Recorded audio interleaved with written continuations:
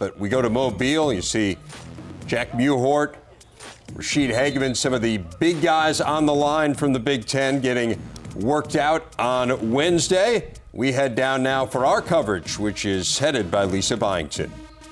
Day 3 of practice here on Wednesday completed at the Senior Bowl, and we're going to focus on the guys in the trenches. One of the guys who's gotten rave reviews so far this week is Minnesota's Rashid Hageman. He passes all the eyeball tests, coming in at 6'6" and weighing at 318.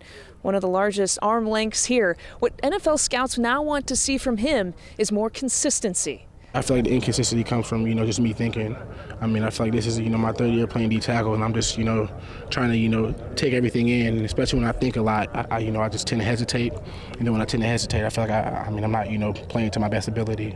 And we bring in our NFL draft analysts, Russ, Lande, and the coach, Gerry, DiNardo. And first, we do want to make it clear that it is Hageman.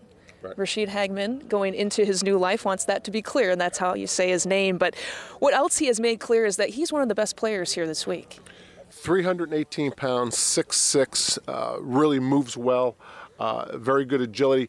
What I learned the most about him in the Senior Bowl, Russ, is that the NFL people like him as a 3 technique. They don't want him on the center. They don't want him on the offensive tackle. They want him to line up shading the outside of the guard. That's where they feel he can be the best pro. Well, I think it's hard to find a tall guy with long arms who really knows how to use his hands well. And when you combine that with his strength and power to dominate the point of attack, I think you have a guy that possibly could be a top 20 pick in the draft if the combine goes well for him. Staying on the defensive side of the ball in Penn State's Daquan Jones, he learned under the tutelage of Larry Johnson, a guy I know that you're very high on. Larry Johnson teaches all of his players, including Daquan, to have leverage, to play underneath the pads of the offensive lineman, to always be gap responsible. Daquan's a guy that most of the NFL people are excited about playing him on the center. If it's a 30 defense and they're going to play with 3 down linemen, they want to line them up right on the center. If they're a 4-man front, they want to shade the nose. He has been well trained by Larry Johnson to do anything either one of those snaps would want him to do. To the offensive lineman in Ohio State's Jack Muhort, who has been switched from the left side in college. Now we see him on the right side here this week. Russ, how do you feel like he's done? I think it's been up and down for him. I think playing tackle, he had some struggles, but I think he got better as it went on. And then today when they moved him inside to guard, I thought he did much better. You could see the hand placement, his ability to play a little bit stronger inside, helped him overcome some of the problems he had playing on the edge. A guy who has also been kind of switched between tackle and guard, back to tackle, Michael Schofield, Michigan's Michael Schofield. What has impressed you about him this week?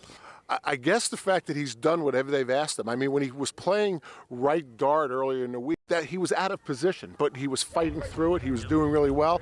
And then they actually switched him and Jack. Yeah, exactly. And Michael seemed like a much more natural right tackle, and Muhort looked like a much more natural right guard. Of course, one of the linemen who may get drafted in the first round is Michigan's Taylor Lewan, who's not here because of an injury. Russ, how does that affect his future? I don't think it affects it drastically because he's going to get a chance to go to the combine. They're going to check him out medically. And I know teams told me today that although they were a little disappointed that he didn't dominate this year, they still think he's a surefire first-round pick. We talked about the lineman. Are you happy, former offensive lineman? He begged me to talk about the guys in the trenches here today.